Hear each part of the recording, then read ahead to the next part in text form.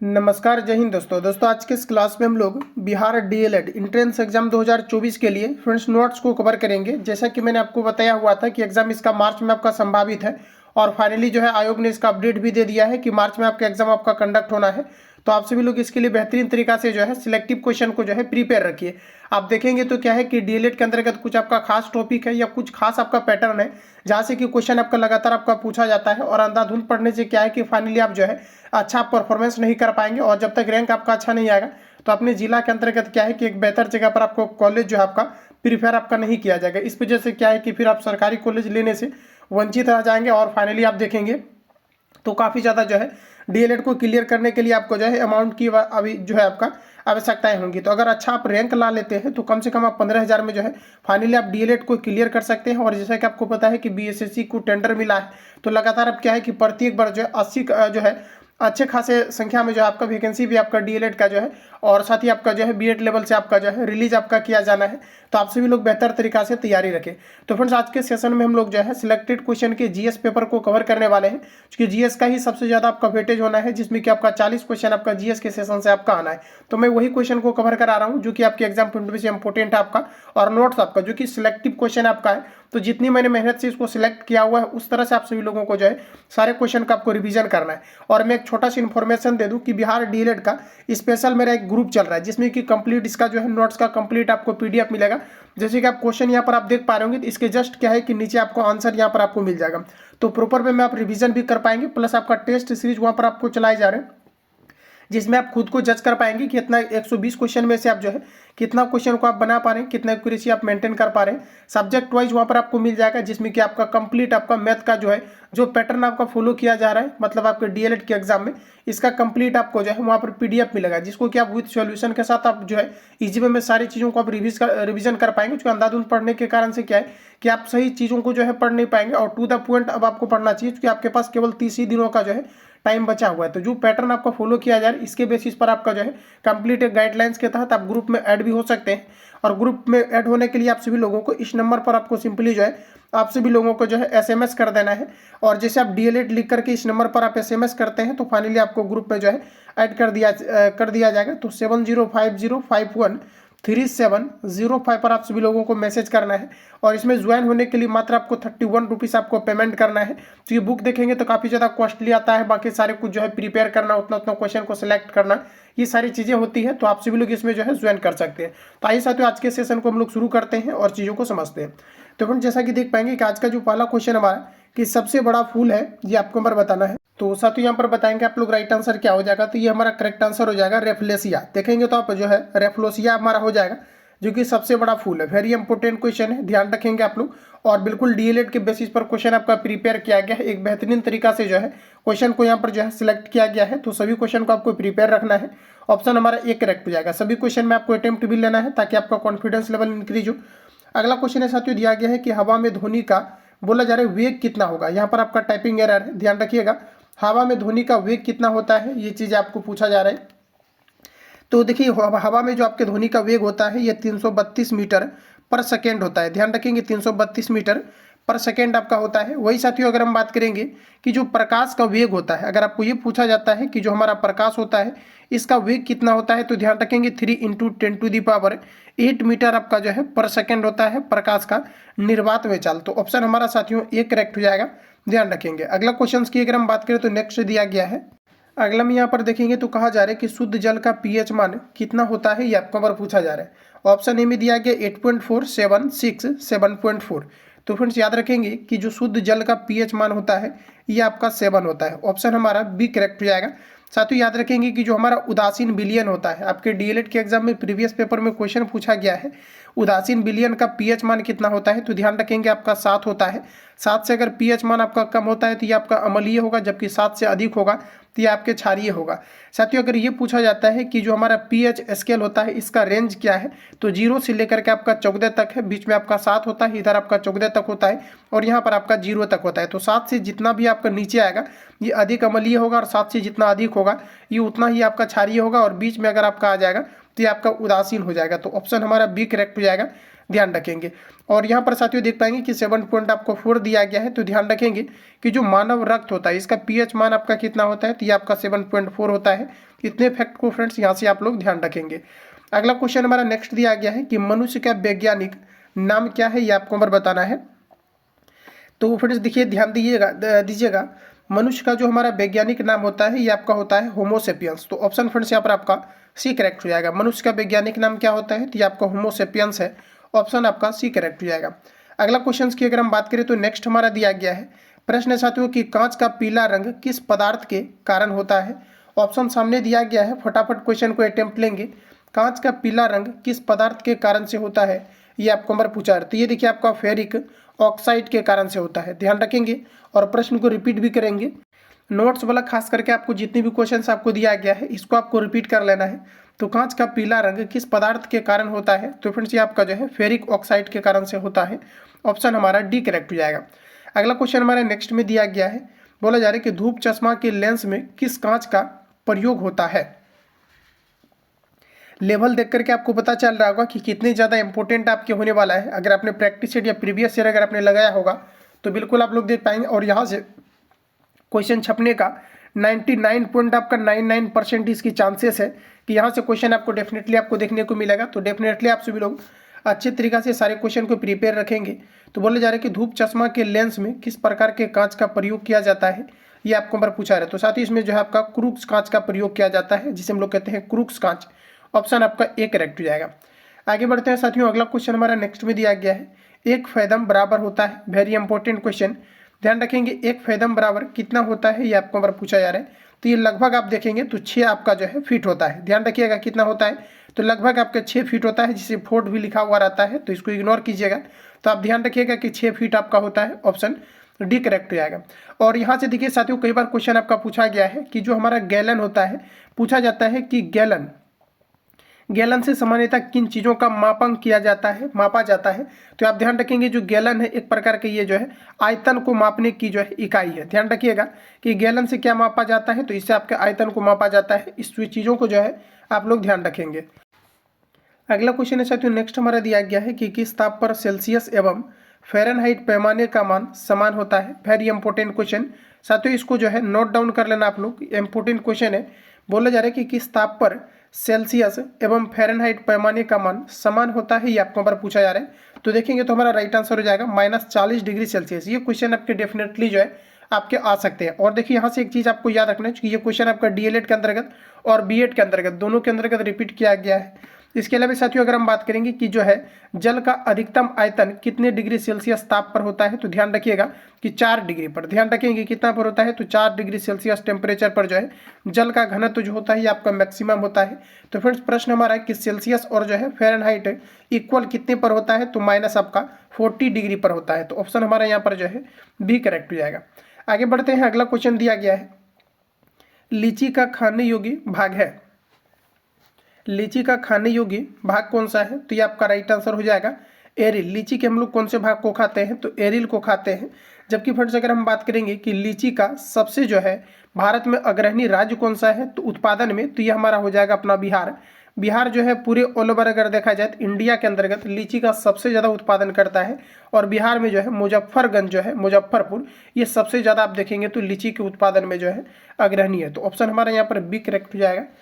अगला क्वेश्चन हमारा नेक्स्ट में दिया गया है कि सबसे छोटा फूल है। तो जैसा कि अभी आपने पढ़ा कि जो सबसे हमारा बड़ा फूल होता है ये आपका रेफ्लेसिया होता है। और साथ ही यहाँ पर आपको बताना है कि सबसे जो हमारा छोटा फूल है ये कौन सा है, तो आपका हो जाएगा फोल्बिया। इन दोनों पॉइंट को याद रखेंगे। सबसे बड़ा फूल पूछेगा तो आपका रेफ्लेसिया हो जाएगा, और जबकि सबसे छोटे फूल की बात तो ये आपका यहाँ पर हो जाएगा आपका फोल्बिया हो जाएगा, फोल्फिया हो जाएगा। ऑप्शन हमारा यहाँ पर बी करेक्ट हो जाएगा। अगला क्वेश्चन की अगर हम बात करें तो नेक्स्ट दिया गया है कि मलेरिया रोग में शरीर का प्रभावित होने वाला अंग है। मलेरिया रोग में शरीर का प्रभावित होने वाला अंग कौन सा है, ये आपको हमारा पूछा जा रहा है। तो ये हमारा राइट आंसर हो जाएगा प्लीहा। ध्यान रखेंगे क्या हो जाएगा आपका प्लीहा, जिसे हम लोग तिल्ली या ब्लड बैंक के नाम से भी जाना जाता है। फ्रेंड्स याद रखेंगे कि जो हमारा आरबीसी होता है इसका जीवन काल जो होता है ये आपका जो है 115 से 120 दिन होता है। ध्यान रखेंगे 115 से लेकर के 120 दिन का आरबीसी का जो है जीवन काल होता है। इसका जो निर्माण होता है अस्थिमज्जा में होता है, जिसे हम लोग बोन मैरो के नाम से जानते हैं। और यही जब क्या होता है कि इसकी 120 दिन के बाद जब हमारा आरबीसी यानी कि रेड ब्लड सेल्स का मृत्यु हो जाती है, तो ये हमारा कहाँ पर चला जाता है, तो ये हमारे प्लीहा में चला जाता है, दिल्ली में चला जाता है। तो इससे आपका रिलेटेड है, तो आप लोग ध्यान रखेंगे। ऑप्शन हमारा यहाँ पर ए करेक्ट हो जाएगा। इसके अलावा साथियों आरबीसी की मैंने चर्चा किया हुआ है, तो आरबीसी को रेड ब्लड सेल्स कहा जाता है। और डीएलएड के एग्जाम में इसका फुल फॉर्म भी आपका पूछा जा सकता है, क्योंकि डीएलएड में नॉर्मल कैटेगरी के क्वेश्चन आपका पूछा जाता है। बस आपको पैटर्न पता होना चाहिए कि क्वेश्चन आपके कहाँ से जो है पूछे जाते हैं। आरबीसी के कारण से ही क्या होता है कि व्यक्ति में ब्लड ग्रुप जो हमारा होता है ये अलग अलग आपके पाए जाते हैं। तो इतने फैक्ट को यहाँ से आप लोग याद रखेंगे। अगला क्वेश्चन की साथियों बात करें तो बोला जा रहा है कि किस रोग के रोकथाम के लिए बीसीजी का टीका लगाया जाता है। बताइए आप लोग राइट आंसर क्या हो जाएगा, किस रोग के रोकथाम के लिए बीसीजी का टीका लगाया जाता है, ये आपको हमारा पूछा जा रहा है। तो साथियों हमारा राइट आंसर हो जाएगा टीबी की रोकथाम के लिए लगाया जाता है। ऑप्शन हमारा ये करेक्ट हो जाएगा। साथियों पोलियो मुक्त भारत जो है ये कब से घोषणा किया गया है, तो 2012 से आपका जो है पोलियो मुक्त भारत की घोषणा किया गया है। चेचक की अगर हम यहाँ पर बात करेंगे तो ये बेरियोला वायरस के कारण से होता है, ध्यान रखेंगे। अगला क्वेश्चन हमारा नेक्स्ट में दिया गया है। अगला क्वेश्चन की साथियों बात करें तो दिया गया है कि एक अशु शक्ति बराबर होता है। साथियों एक अशु शक्ति बराबर कितना होता है, इन चीज़ों के बारे में बताना है। तो हमारा राइट आंसर हो जाएगा 746 वाट होता है। ऑप्शन हमारा सी करेक्ट हो जाएगा। एक अशु शक्ति यानी हॉर्स पावर बराबर कितना होता है, 1 HP बराबर, जिसे हम लोग कहते हैं 1 HP। ये जो आपका होता है साथियों ये आपका 746 वाट के बराबर होता है। तो ध्यान रखेंगे ऑप्शन हमारा यहाँ पर सी करेक्ट हो जाएगा। वही दोस्तों अगर हम बात करेंगे 1 किलोवाट घंटा बराबर आपका कितना होता है, ध्यान रखिएगा 1 किलोवाट घंटा बराबर अगर यहाँ पर बात करें कितना आपका होता है, तो 3.6 × 10⁶ जूल के बराबर होता है। ये सभी फैक्ट आपको याद रखना है। जितने भी मैं आपको फैक्ट करा रहा हूँ ये सभी चीज़ों को आपको जो है ध्यान में रखना है और ध्यानपूर्वक आपको जो है सभी क्वेश्चन को सावधानीपूर्वक पढ़ना है और एक बेहतरीन तरीका से 30 दिन के अंतर्गत आपको जो है डीएलएड का एक बेहतर आपको रैंक लाना है।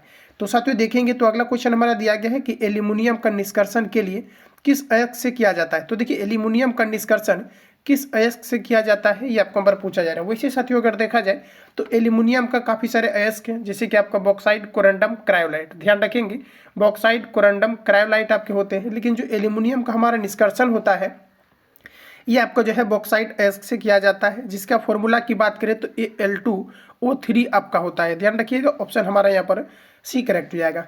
अगला क्वेश्चन है फ्रेंड्स नेक्स्ट हमारा दिया गया है। प्रश्न में कहा जा रहा है कि द्रव धातु का तत्व कौन सा है। बताइएगा कि द्रव धातु तत्व कौन सा है। तो देखिए एकमात्र आपका धातु है जिसे हम लोग कहते हैं Hg यानी कि पारा, जो कि हमारा द्रव अवस्था में पाया जाता है। तो ऑप्शन आपका ए करेक्ट हो जाएगा। वही फ्रेंड्स अगर हम बात करेंगे कि कौन सा आपका अधातु है जो कि द्रव अवस्था में पाया जाता है, तो फिर आपका यहाँ पर हो जाएगा ब्रोमीन। और कौन सा ऐसा धातु है जिसे चाकू से काटा जा सकता है या मुलायम होता है, तो फिर आपका यहाँ पर हो जाएगा सोडियम। ध्यान रखेंगे क्या हो जाएगा आपका सोडियम हो जाएगा, जिसका सूत्र की बात करें तो Na आपका होता है। तो यहाँ पर फ्रेंड्स आपका राइट आंसर ए करेक्ट हो जाएगा। इसके अलावा फैक्ट को आप देखेंगे तो यहाँ पर आपको दिया गया है चांदी। चांदी की अगर हम बात करेंगे तो विद्युत का सबसे अच्छा सुचालक क्या होता है, तो ये आपका चांदी होता है, जिसे हम लोग सिल्वर Ag के नाम से जानते हैं। क्वेश्चन आपका इजी है लेकिन बार बार आपका रिपीट किया गया है, तो ध्यान रखेंगे। अगर आपको ये पूछा जाता है कि विद्युत का सबसे अच्छा सुचालक क्या है, तो फिर से आपका चांदी हो जाएगा। और सबसे अधिक उघात वर्धनता के गुण को प्रदर्शित कौन करता है, इसका मतलब कौन अधिक खींचा जा सकता है, तो ये हमारा हो जाएगा गोल्ड।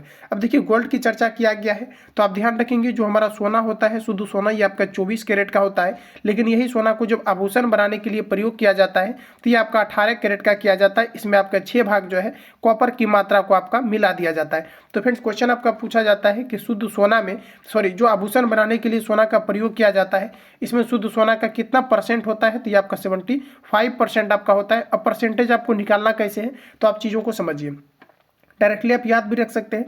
तो शुद्ध सोना आपका 24 कैरेट का होता है, जिसमें कि आपका जो है कॉपर मिला करके इसको 18 कैरेट आपका बनाया जाता है। तो पूछा जाएगा कि शुद्ध सोना में जो है पूछा जाता है कि जो आभूषण बनाने के लिए सोना का प्रयोग किया जाता है, इसमें शुद्ध सोना का कितना % होता है। तो आभूषण बनाने के लिए कितना का प्रयोग किया जा रहा है, 18 का। इसमें आपको शुद्ध सोना के बारे में निकालना है कितना, तो टोटल आपका क्या हो जाएगा यहाँ पर आपका 24, और इसमें से आपको परसेंटेज के लिए 100 से गुना करना है। 6 से काटेंगे 6 3 18 और 6 से काटेंगे 4 बार में, 4 से कैंसिल आउट होगा 25 बार में, तो 25 3 आपका हो जाएगा 75। तो याद रखिएगा कि जो आपके आभूषण बनाने के लिए सोना का प्रयोग किया जाता है, इसमें 75% आपका जो है शुद्ध सोना की मात्रा पाई जाती है। ये क्वेश्चन मैंने ऑलरेडी आपको प्रीवियस ईयर में करा रखा है, तो आप सभी लोग इसको ध्यान रखेंगे। तो यहाँ पर फ्रेंड्स आपका राइट आंसर क्या हो जाएगा, तो द्रव धातु कौन सा है, तो आपका राइट आंसर हो जाएगा यहाँ पर आपका पारा। तो जितनी फैक्ट को आप कवर करेंगे, जितना क्वेश्चन को विश्लेषण करेंगे, यही आपको फाइनली जो है आपको डीएलएड के अंतर्गत आपको रिजल्ट दिलाएगा। अगला क्वेश्चन है साथियों दिया गया है कि द्रव अधातु तत्व कौन सा है। तो देखिए मैंने इसको सिलेक्ट किया हुआ है, तो आप ध्यान रखेंगे हमारा राइट आंसर हो जाएगा आपका ब्रोमीन। ऑप्शन आपका सी करेक्ट हो जाएगा। अगला क्वेश्चन है साथियों नेक्स्ट दिया गया है कि न्यूटन किसके बराबर होता है, एक न्यूटन किसके बराबर होता है। तो जनरली आपने पढ़ रखा होगा कि जो हमारा फॉर्मूला होता है एफ बराबर आपका एम ए होता है। क्या होता है, एफ बराबर एम ए। तो एफ जो हमारा होता है यही आपका न्यूटन कहलाता है। और यहाँ पर फ्रेंड्स अगर देखा जाए तो एक जो हमारा पूछा है कि एक न्यूटन ये किसके बराबर होता है, ये चीज़ आपको यहाँ पर बताना है। तो हमारा राइट आंसर हो जाएगा 100। यहाँ पर देखिए आपका एरर दिया गया है, 105 आपका नहीं होगा। साथियों याद रखेंगे एक न्यूटन जो आपका होता है ये 10 टू दी पावर आपका जो है 5 आपका जो है डाइन के आपका बराबर होता है। तो ध्यान रखेंगे 10 टू दी पावर आपका 5 हो जाएगा। ऑप्शन साथियों यहाँ पर आपका जो है बी करेक्ट हो जाएगा। आगे बढ़ते हैं साथियों, अगला क्वेश्चन हमारा दिया गया है। नेक्स्ट में कहा जा रहा है कि मलेरिया रोग का प्रमुख कारक है। जो मलेरिया रोग होता है इसका प्रमुख कारण क्या है, ये चीज़ें आपको यहाँ पर पूछा जा रहा है। तो इसका मुख्य अगर कारण की बात करें तो ये आपका यहाँ पर हो जाएगा प्लाज्मोडियम। ऑप्शन आपका सी करेक्ट हो जाएगा। मलेरिया रोग का प्रमुख कारण क्या है, तो ये आपका हो जाएगा प्लाज्मोडियम। ऑप्शन हमारा सी करेक्ट हो जाएगा। अगला क्वेश्चन हमारा दिया गया है कि पानी का अपवर्तनांक कितना होता है। पानी का अपवर्तनांक कितना होता है, तो पानी के अपवर्तनांक की अगर हम बात करेंगे तो 1.33 होता है। ऑप्शन ए करेक्ट हो जाएगा। आगे बढ़िए साथियों, अगला क्वेश्चन हमारा दिया गया है। अगला क्वेश्चन है साथियों नेक्स्ट हमारा दिया गया है कि विटामिन डी का आविष्कार किया था। विटामिन डी का आविष्कार किया था। तो साथियों विटामिन डी का जो आविष्कार किया गया था ये किया गया था आपका जो है हॉपकिंस के द्वारा। ध्यान रखेंगे ऑप्शन हमारा डी करेक्ट हो जाएगा। वही साथियों अगर हम बात करेंगे कि विटामिन डी जो है ये कहाँ पर पाया जाता है, तो मछली के कॉड लिवर तेल में। इसके अलावा सूर्य प्रकाश की उपस्थिति में हमें विटामिन जो है डी मिलती है। साथियों अगर हम बात करें विटामिन डी का केमिकल नाम क्या है, तो इसका केमिकल नाम कैल्सीफेरॉल है। और इसकी कमी के कारण से जो है रिकेट्स नामक बीमारी होती है। फ्रेंड्स याद रखेंगे अगर आपको पूछा जाता है कि वसा में कौन सी विटामिन जो है घुलनशील होता है, तो आप ध्यान रखेंगे कि ए, डी और ई और आपका जो के होता है ये सभी विटामिन आपके वसा में घुलनशील होता है। जबकि पानी में घुलनशील यानी वाटर सोलेबल विटामिन की अगर हम बात करें तो ये आपका सी, एच और आपका जो है बी कॉम्प्लेक्स होता है। ध्यान रखिएगा बी कॉम्प्लेक्स या बी भी लिखा रहता है। तो आप ध्यान रखिएगा, इसको नोट डाउन कर लेना कि जो वसा में आपका घुलनशील विटामिन होता है ए, डी, ई के होता है। जबकि पानी में घुलनशील यानी वाटर सोलेबल विटामिन की अगर हम बात करें तो ये आपका सी, एच आपका बी होता है। इन सभी पॉइंट को यहाँ से आप लोग नोट डाउन जो है आपको कर लेना है फटाफट यहाँ से आपको।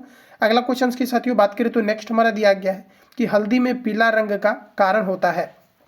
हल्दी में पीला रंग का कारण क्या है ये आपको हमारा पूछा जा रहा है। तो ये हमारा राइट आंसर हो जाएगा कुकुरमिन के कारण से हल्दी का पीला रंग होता है।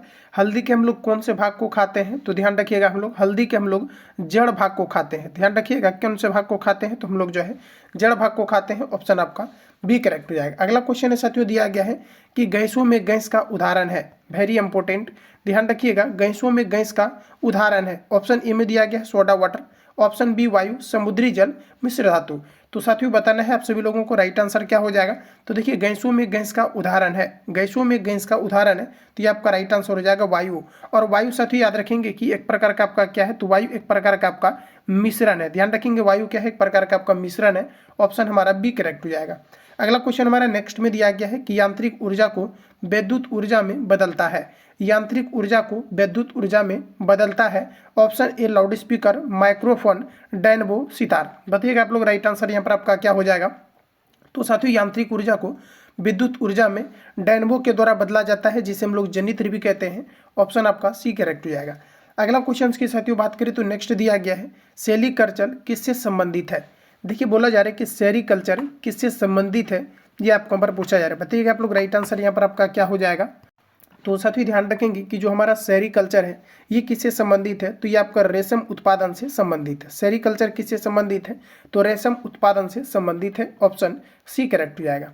अगला क्वेश्चन है साथियों नेक्स्ट हमारा दिया गया है, बोला जा रहा है कि हृदय में विकार का पता लगाने के लिए प्रयोग किया जाता है। हृदय में विकार का पता लगाने के लिए प्रयोग में लाया जाता है।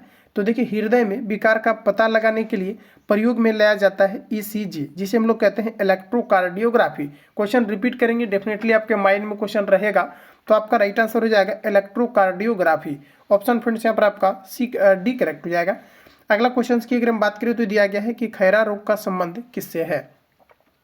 देखिए खैरा रोग का संबंध किससे है, ये आपको नंबर पूछा जा रहा है। तो देखिए खैरा रोग का जो संबंध है ये धान में अक्सर जो है खैरा रोग होता है। ऑप्शन हमारा यहाँ पर ए करेक्ट हो जाएगा। खैरा रोग का संबंध किससे है, तो फ्रेंड्स आपका जो है धान से संबंधित है। ऑप्शन ए करेक्ट हो जाएगा। अगला क्वेश्चन हमारा नेक्स्ट में दिया गया है, जो लोग अभी तक लाइक नहीं किए हैं सेशन को अवश्य आप लोग लाइक करें, ताकि मुझे मोटिवेशन मिले कितना लोग जो है पसंद कर रहे हैं, ठीक है। और बाकी ग्रुप में आपको ऐड होने के लिए इस नंबर पर आपको बिहार डीएलएड आपको लिख करके आपको साथियों आपको मैसेज करना है, ग्रुप में आपको ऐड कर दिया जाएगा, जिसमें कि प्रॉपर वे में आप बेहतर परफॉर्मेंस जो है कर पाएंगे डीएलएड के अंतर्गत। फाइनली इतनी मैं गारंटी देता हूँ। अगला क्वेश्चन हमारा कि केल्विन स्केल पर कमरे का सामान्य ताप होता है। केल्विन स्केल पर कमरे का सामान्य तापमान कितना होता है, ये आपको पर पूछा है। साथियों अगर देखा जाए तो जो हमारा कमरा होता है मतलब एक नॉर्मल टेम्परेचर के बारे में आपको पूछा जा रहा है, तो आप देखेंगे तो हमारा यहाँ पर राइट आंसर हो जाएगा 300 केल्विन। अगर सेल्सियस में आपको पूछा जाता है तो सिंपली आपको 300 केल्विन में से आपको क्या करना है कि सेल्सियस पर जाना है, तो इसमें 273 आपको माइनस कर लेना है, ठीक है। तो ऑप्शन हमारा यहाँ पर जो है सी करेक्ट हो जाएगा। अगला क्वेश्चन है साथियों नेक्स्ट हमारा दिया गया है कि दूध में कौन सा अम्ल पाया जाता है। बताइएगा आप लोग राइट आंसर क्या हो जाएगा। दूध में कौन सा अम्ल पाया जाता है, ये आपको पर पूछा जा रहा है। तो देखिए दूध में जो हमारा पाया जाता है लैक्टिक अम्ल पाया जाता है। कौन सा अम्ल पाया जाता है, तो आपका लैक्टिक अम्ल पाया जाता है। ऑप्शन ए करेक्ट हो जाएगा। वही साथियों अगर हम बात करें जिसे हम लोग कहते हैं पायस, जिसे हम लोग क्या कहते हैं पायस, तो कई बार आपके क्वेश्चन पूछा गया है कि पायस यानी इमल्सन का उदाहरण क्या है। तो ध्यान रखेंगे पायस या इमल्सन का जो उदाहरण होता है ये हमारा दूध होता है। दूध साथियों केरोटीन के कारण से पीला होता है या सफ़ेद होता है। इसके अलावा देखिए दूध को जो है शुद्ध यानी कि बचाने के लिए किस प्रकार के जो है इसमें चीज़ों को डाला जाता है, तो ध्यान रखेंगे इसमें बेकिंग सोडा को डाला जाता है। तो इतने पॉइंट को आप लोग ध्यान रखेंगे। ऑप्शन हमारा यहाँ पर ए करेक्ट हो जाएगा। अगला क्वेश्चन की अगर हम बात करें तो नेक्स्ट, और यहाँ से देखिए एक पॉइंट मैं आपको बताता हूँ। क्वेश्चन जो आपके पूछे गए हैं कि जो है निम्न में से किसमें विटामिन सी की मौजूदगी नहीं होती है, तो ध्यान रखेंगे आपको ऑप्शन में दूध दिया रहता है, जबकि दूध में जो है विटामिन सी आपके नहीं पाए जा सकते हैं, क्योंकि जो विटामिन सी होता है ये आपके खट्टे फलों में पाया जाता है, और अगर विटामिन सी अगर दूध में अगर डाल दिया जाए तो फिर दूध आपका फट जाएगा। तो यही रीजन है आपका। तो यहाँ पर आपका साथियों ऑप्शन ए करेक्ट हो जाएगा। तो ध्यान रखेंगे प्रश्न को बार बार रिपीट कीजिएगा, और इसका कंप्लीट आपको पीडीएफ आपको ले लेना है व्हाट्सएप पर आपको मैसेज करके, ताकि आप प्रॉपर वे में इसको रिवीजन कर पाएँ, और ज़्यादा से ज़्यादा रिवीजन कीजिए। फाइनली डीएलएड में कम से कम आपको 40 में से आपको 35 आपको बना करके आना है जीएस का पेपर। बाकी मैं कंप्लीट आपको अलग से जो है हिंदी का सेशन आपको कवर कराऊंगा, प्लस रीजनिंग का 10 में से आपको 10 बना करके आना है। डेफिनेटली आप इतना कर सकते हैं, क्योंकि आप देखेंगे तो रीजनिंग में ज़्यादा कुछ भी आपका नहीं रहता है। रीजनिंग भले जो भी अभी क्या है कि कैंडिडेट नया नया जैसे कि डीएलएड फॉर्म फिलअप किए होंगे तो रीजनिंग नाम ही उसको नया लग रहा होगा, बाकी नया रहता कुछ नहीं है। आपको सारा कुछ मैं जो है डिटेल में भी क्लास आपको कंटिन्यू करने वाला हूँ, तो ए टू जेड आपको जो है सारी चीज़ आपको पढ़ाए जाएंगे। तो साथियों यहाँ पर हमारा राइट आंसर जो है ऑप्शन ए करेक्ट हो जाएगा, ध्यान रखेंगे। अगला क्वेश्चन की अगर फ्रेंड्स बात करें तो बोला जा रहा है कि निम्न में से कौन सा अदिश राशि है, ये आपको पर पूछा रहा है। तो देखिए जिसमें कि क्या होता है कि दिशा और परिणाम दोनों हो, तो वो आपके सदिश राशि होते हैं। जिसमें कि या तो परिणाम हो तो उसको हम लोग, जिसमें सिर्फ परिणाम हो उसको हम लोग अदिश राशि बोलते हैं, यानी स्केलर क्वांटिटी बोलते हैं। तो अब देखिए साथियों यहाँ पर आपका क्या है कि बोला जा रहा है कि निम्न में से कौन सा अदिश राशि है, ये आपको पर पूछा जा रहा है। तो डायरेक्ट मारिए इसका आंसर। ऑप्शन आपका राइट आंसर हो जाएगा विद्युत धारा। विद्युत धारा के लिए किसी प्रकार का निश्चित डायरेक्शन की आवश्यकता नहीं होती है, ये किधर से भी किधर जो है आपके गमन कर सकती है, जिधर इसको अर्थ मिलेगा गमन कर जाएगा। तो इसके लिए कोई निश्चित आपका डायरेक्शन नहीं होता है। वेग के लिए निश्चित डायरेक्शन होता है, त्वरण के लिए होता है, बल के लिए होता है। तो ऑप्शन हमारा ये करेक्ट हो जाएगा। अगला क्वेश्चन हमारा नेक्स्ट दिया गया है कि टेटेनस रोग किसके कारण होता है, ये आपको पर पूछा जा रहा है। ऑप्शन आपके सामने दिया गया है। तो बोला जा रहा है कि टेटेनस रोग किसके कारण से होता है, तो फ्रेंड्स ये आपका जो है बैक्टीरिया के कारण से होता है। ऑप्शन हमारा बी करेक्ट हो जाएगा। अगला क्वेश्चन हमारा दिया गया है कि निर्वात में प्रकाश की चाल होती है। तो इसके पहले जो मैंने क्वेश्चन आपको कराया था शायद से कि दूसरा नंबर क्वेश्चन था, तो मैंने आपको बताया था कि निर्वात में जो प्रकाश की चाल होता है ये आपका 3 × 10⁻⁸ आपका 8 मीटर आपका पर सेकेंड होता है। अब आपको हिट करना है आंसर, तो आपका 3 × 10⁸ मीटर पर सेकेंड, जो कि ऑप्शन हमारा ए में दिया गया है। तो ऑप्शन आपका साथियों ए यहाँ पर आपका राइट हो जाएगा। अगला क्वेश्चन की अगर हम बात करें तो नेक्स्ट हमारा दिया गया है साधारण बातचीत की होती है तीव्रता डेसिबल में कितनी, ये आपको पर पूछा जा रहा है। तो देखिए ध्यान रखिए कि क्वेश्चन जो आपके पूछा जाता है कि डेसिबल किसकी इकाई है। तो देखिए ध्वनि तीव्रता की जो इकाई होती है हमारा डेसिबल होता है। ध्वनि का जैसे कि आपका शोरगुल है तो इसको जो रीड किया जाता है, मापा जाता है, इसको डेसिबल में मापा जाता है। तो कई बार क्वेश्चन आपका आया है, तो सभी चीज़ों को ध्यान रखिए। तो बोला जा रहा है कि साधारण बातचीत होती है तीव्रता डेसिबल में। तो देखिए साधारण जो हम लोग बातचीत नॉर्मली करते हैं ये कितने डीबी में बात करते हैं, कितने डेसिबल में करते हैं, तो लगभग 30 से 40 डेसिबल होता है। हालांकि अगर देखा जाए तो 80 डीबी तक आपका जो है लीगल माना गया। आपने देखा होगा कि सड़क पर बाइक जो है बुलेट वाला को पकड़ लिया जाता है कि 80 डीबी से आप देखेंगे तो अगर अधिक होता है ध्वनि तो उसको पकड़ लिया जाएगा। हालांकि 80 डीबी तक आपका जो है लीगल आपका माना गया है। तो ऑप्शन आपका सी करेक्ट हो जाएगा। प्रश्न अगर आता है कि जो है कितने जो है ध्वनि तीव्रता को लीगल माना गया है कानूनी तौर पर, तो ये आपका हो जाएगा 80 डीबी। इन चीज़ों को आप लोग ध्यान रखेंगे। अगला क्वेश्चन है साथियों दिया गया है कि समुद्री जल का पीएच मान कितना होता है। वेरी इंपॉर्टेंट, ध्यान रखेंगे समुद्री जल का पीएच मान कितना होता है, ये चीज़ आपको पूछा जा रहा है। तो साथियों आपका राइट आंसर हो जाएगा 8.4 होता है। जबकि साथियों ये अगर हम बात करें कि हमारा शरीर जो होता है यानी कि मानव का जो शरीर होता है, मानव शरीर का पीएच मान कितना होता है, तो ध्यान रखेंगे 8 पॉइंट आपका जो है 0 से 8 पॉइंट आपका जो है देखिए 7 पॉइंट आप साथियों याद रखेंगे कि जो हमारा बॉडी का जो पीएच मान होता है ये आपका 8.0 से आपका 8 पॉइंट आपका जो है 4 के बीच आपका होता है। जबकि अगर हम बात करेंगे कि मानव का जो रक्त होता है इसका पीएच मान कितना होता है, तो ये आपका साथियों 7 पॉइंट आपका 4 होता है। तो इन चीज़ों का आप ध्यान रखेंगे। बोला जा रहा है कि समुद्री जल का पीएच मान कितना होता है, तो ये साथियों आपका 8 पॉइंट आपका 4 होता है। ऑप्शन हमारा यहाँ पर सी करेक्ट हो जाएगा। ध्यान रखेंगे कितना होता है, तो ये आपका 8 पॉइंट आपका 4 होता है। आगे बढ़ते हैं फ्रेंड्स, अगला क्वेश्चन नेक्स्ट हमारे यहाँ पर आपको दिया गया है। बोला जा रहा है कि पोलियो से शरीर का प्रभावित होने वाला अंग है। पोलियो से शरीर के कौन से भाग प्रभावित होते हैं, इन चीज़ों के बारे में बताना है। तो आप देखेंगे तो हमारा राइट आंसर हो जाएगा तंत्रिका तंत्र प्रभावित होता है। ऑप्शन हमारा सी करेक्ट हो जाएगा। आगे बढ़िए साथियों, अगला क्वेश्चन दिया गया है। प्रश्न हमारा देखेंगे तो बोला जा रहा है यहाँ पर आपका कि गेहूँ में खाने योग्य भाग कौन सा है। गेहूँ के हम लोग कौन से भाग को खाते हैं, ये आपको हमारा पूछा जा रहा है। तो भ्रूण पोष को खाते हैं। ऑप्शन ए आपका राइट हो जाएगा। अगला क्वेश्चन है साथियों नेक्स्ट हमारा दिया गया है कि किस अम्ल का उपयोग सीसा संचायक बैटरी में किया जाता है। सीसा संचायक बैटरी में किस अम्ल का प्रयोग किया जाता है, ये आपको हमारा पूछा जा रहा है। तो हमारा राइट आंसर हो जाएगा सल्फ्यूरिक एसिड। अगर आपको ये पूछा जाता है कि कार के बैटरा में या फिर बैटरा में किस प्रकार के अम्ल का प्रयोग किया जाता है, तो साथियों आपका सल्फ्यूरिक अम्ल का किया जाता है, जिसकी फॉर्मूला की अगर हम बात करें H2SO आपका 4 होता है। ध्यान रखेंगे ऑप्शन हमारा यहाँ पर ये करेक्ट हो जाएगा। आगे बढ़ते हैं साथियों, अगला क्वेश्चन दिया गया है। अगला में यहाँ पर आप देखेंगे तो यहाँ पर आपको बोला जा रहा है कि पारा का निम्नतम हिमांक कितना होता है। ये भी इंपॉर्टेंट आपका क्वेश्चन है काफ़ी ज़्यादा, क्योंकि सारे क्वेश्चन मैंने सिलेक्टिव ही देने का प्रयास किया हुआ है ताकि आप 30 दिन के अंतर्गत एक बेहतर जो है तरीका से आप बेहतर परफॉर्मेंस कर पाएँ।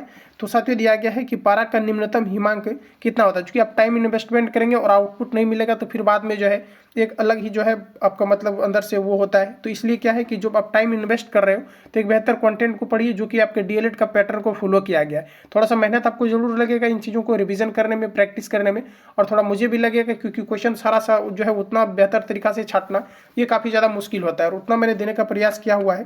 तो पारा का न्यूनतम हिमांक कितना होता है ये आपको नंबर पूछा है। तो साथ ही हिमांक का मतलब आपका हुआ कि पारा जो है कितना डिग्री सेल्सियस ताप पर आपका जो है जमेगा, तो आपका हो जाएगा -39 डिग्री सेल्सियस ताप। तो ऑप्शन हमारे यहाँ पर सी करेक्ट हो जाएगा। साथ ही याद रखेंगे जो हमारा पारा होता है इसका सिंबल क्या होता है, तो ये आपका Hg होता है। जबकि परमाणु क्रमांक की अगर हम बात करेंगे तो ये आपका 80 होता है। यही पारा का प्रयोग थर्मामीटर में किया जाता है। यही पारा आपके जो है कमरे के ताप पर द्रव अवस्था में पाया जाता है। यही पारा के बारे में पूछा जाता है कि क्विक सिल्वर किसे कहा जाता है, तो यही Hg यानी पारा को क्विक सिल्वर के नाम से भी जाना जाता है। इसी पारा के बारे में आपको याद रखना है अमलगम किसे कहा जाता है। तो जब भी पारा का संयोग किसी अन्य धातु के साथ होकर के कोई कंपाउंड्स बनता है तो इसे हम लोग कहते हैं अमलगम। इसके अलावा याद रखेंगे कि जो हमारा पारा से जो सिंदूर बनता है जिसका फॉर्मूला की बात करें HgS होता है, जिसे हम लोग कहते हैं भकरा सिंदूर। तो इतने पॉइंट को आप लोग यहाँ से याद रखेंगे। ऑप्शन फ्रेंड्स यहाँ पर आपका सी करेक्ट हो जाएगा। अगला क्वेश्चन हमारा दिया गया है कि केल्विन पैमाने के किस बिंदु पर जल उबलता है। केल्विन पैमाने के किस बिंदु पर जल उबलता है, बताइएगा आप लोग राइट आंसर क्या हो जाएगा। तो जल जो जनरली उबलता है 100 डिग्री सेल्सियस पर उबलता है, लेकिन हमें केल्विन में पूछा जा रहा है तो इसमें सिंपली आपको जो है 273 आपको ऐड कर देना है, क्योंकि हमें केल्विन पर जाना है। सी से आपका ज़्यादा दूर पर आपका के होता है तो ऐड करके जाना है।